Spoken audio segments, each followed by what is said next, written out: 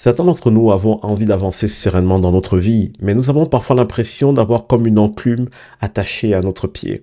J'ai envie de parler d'une chose qui peut provoquer cet effet dans notre vie et surtout de comment nous en libérer. Nous allons parler aujourd'hui de l'amertume.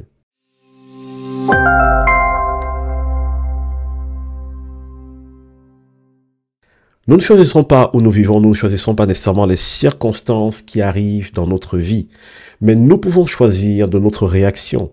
Mais parfois, il se peut qu'entre-temps, à cause des situations difficiles de la vie, que l'amertume prenne place dans notre cœur. Il est extrêmement important de pouvoir s'en débarrasser. Alors le but n'est bien évidemment pas de vous accuser ou de vous condamner en disant c'est de votre faute, ou peut-être même c'est effectivement quelque chose que vous avez fait qui a blessé des gens autour de vous, qui vous a blessé et qui a ouvert la porte pour l'amertume. Dans tous les cas, il est hyper important de saisir la réalité dont nous allons parler aujourd'hui. Commençons par lire ce texte dans Hébreux 12 à partir du verset 15.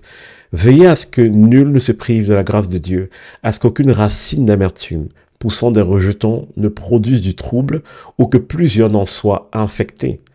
À ce qu'il n'y ait ni impudique ni profane comme Ésaü qui, pour un mais, vendit son droit d'aînesse. Alors, je vais vous développer ça un peu plus tard, mais je vais vous montrer ce que dit une autre version pour que vous compreniez un peu ce qui est caché derrière ces mots. On dit, veillez à ce que personne ne passe à côté de la grâce de Dieu, qu'aucune racine d'amertume ne pousse et ne cause du trouble en empoisonnant plusieurs d'entre vous. Voilà une autre traduction de ce verset biblique. En empoisonnant plusieurs d'entre vous. L'amertume est littéralement un poison. Mais beaucoup d'entre nous ne nous en rendons pas compte. Pourquoi est-ce qu'on parle ici de racine d'amertume? Parce que l'amertume fonctionne comme une semence. Vous savez, le cœur de l'être humain, tout ce qu'il fait, c'est faire grandir des semences qu'on lui donne. Et l'amertume commence par une semence. Elle est déposée dans votre cœur.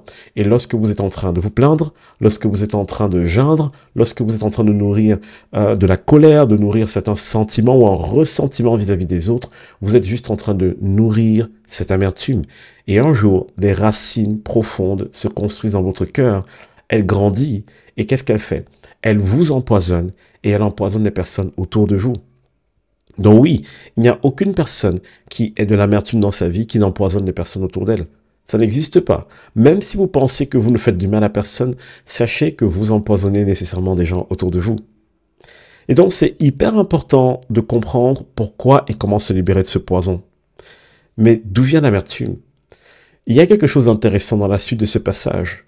On est en train de parler de l'immoralité sexuelle, majoritairement, mais on est aussi en train de parler du mépris des choses, d'être profane. J'aimerais qu'on s'intéresse à cette deuxième chose, être profane. C'est quoi profaner? Ça signifie quoi profaner des choses? Lorsqu'on parle par exemple de profaner des tombes, ça veut dire qu'on est venu les saccager, n'est-ce pas? Alors beaucoup d'entre nous, nous ne nous rendons pas compte de cela, mais l'une des causes d'amertume dans notre vie, c'est parce qu'on a profané nos émotions, on a profané notre cœur, on a profané notre intimité, on a profané notre estime de nous-mêmes. Et ça peut être nos parents. Ça peut être des amis très chers, ça peut être un ex, ça peut être quelqu'un à qui on tenait réellement, qui a profané ces choses. Un profane, c'est quelqu'un qui prend les choses à la légère, c'est quelqu'un qui ne prend pas au sérieux ce que quelqu'un d'autre peut vivre. Si vous avez des amis à qui vous mettez des stops des fois, qui vous posez des limites, mais ils ne respectent jamais vos limites, ces personnes sont en train de profaner votre cœur. Et qu'est-ce qui va se passer? Ben, vous allez commencer à nourrir de l'amertume vis-à-vis de ces personnes. Vous n'aurez plus envie de les voir. Vous allez avoir une mauvaise opinion par rapport à elles. Et vous voyez que finalement, quelque chose de négatif va grandir dans votre cœur. Ça va vous empoisonner, ça va empoisonner cette relation. Les gens autour vont se dire, mais pourquoi elle est comme ça envers moi? Qu'est-ce que j'ai fait de mal? Et parce qu'on ne dit pas nécessairement les choses, mais qu'on se laisse empoisonner, alors tout commence à pourrir autour de nous. Et donc vous voyez que être rempli d'amertume, ce n'est pas bon, déjà dans notre propre intérêt. Donc profaner les choses, c'est la première porte par laquelle l'amertume peut entrer. Et ici, dans cette histoire, on prend l'exemple d'Ésaü. Alors pour raconter un peu l'histoire, c'était lui le fils aîné d'une fratrie de 2. Et c'est lui qui devait hériter de toutes choses. Et il a pris cet héritage à la légère et s'est reparti à son petit frère. Et toute sa vie, du moins une partie de sa vie, il a vécu dans l'amertume. Fort heureusement, il a pardonné à son frère. Mais cette amertume l'a vraiment poussé à s'éloigner, l'a vraiment poussé à avoir un cœur dur. Et heureusement que Dieu est passé par là pour le guérir. Et vous savez quoi? L'amertume, c'est comme des lunettes. Nous portons des lunettes pour voir clair. Mais imaginez si vos lunettes ne sont plus adaptées à vos yeux. Imaginez si elles déforment la réalité. L'amertume agit de la même manière. L'amertume nous donne l'impression de nous protéger, mais en fait, l'amertume déforme toute réalité autour de nous. Et si nous laissons l'amertume régner en nous, même avec beaucoup d'efforts, nous aurons du mal à accomplir notre mission de vie. Nous aurons du mal à accomplir la volonté de Dieu pour nous. L'amertume ne peut rien apporter de bon. Et pourtant, certains d'entre nous vivons depuis 5, 10, 20 ans dans l'amertume. On se souvient toujours de ce qu'on nous a fait, de ce qui s'est passé. Et c'est dur.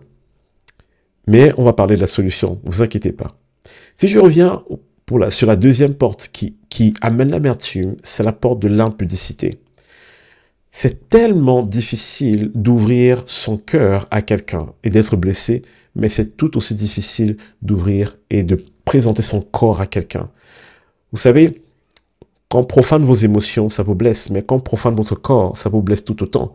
Vous imaginez cette jeune fille qui a cru en l'amour et qui finalement s'est vue abandonnée par un garçon après qu'il ait couché avec elle, ou quelqu'un qui vous force à faire ce que vous ne voulez pas, ou quelqu'un qui vous manipule.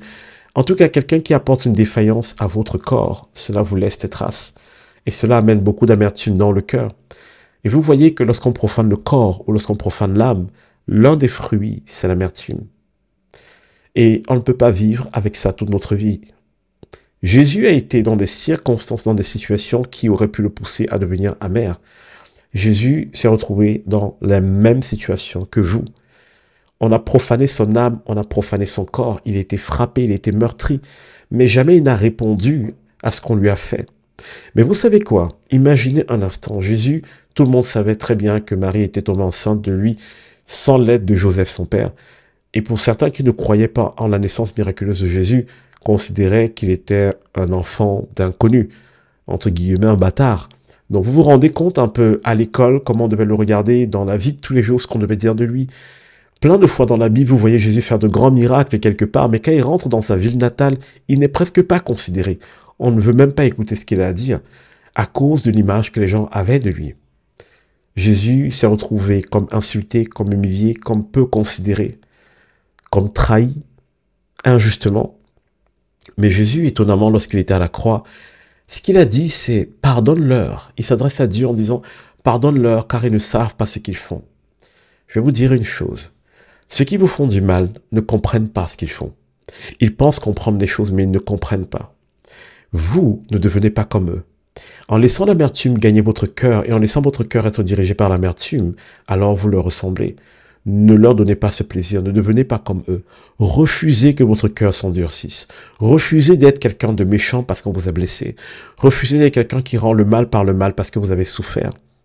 Souvenez-vous d'une chose, lorsque vous avez de l'amertume en vous, cela vous empêche totalement d'accomplir ce que Dieu veut pour vous.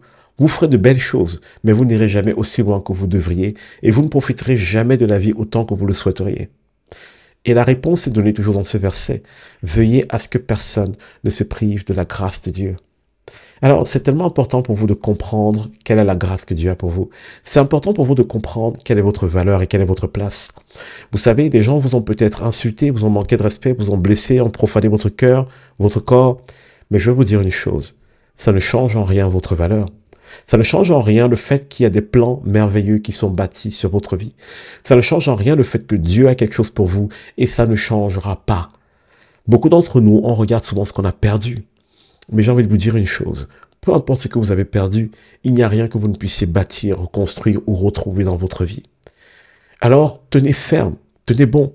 Ne laissez pas l'amertume vous gagner et ne laissez pas l'amertume dicter la trajectoire de votre vie.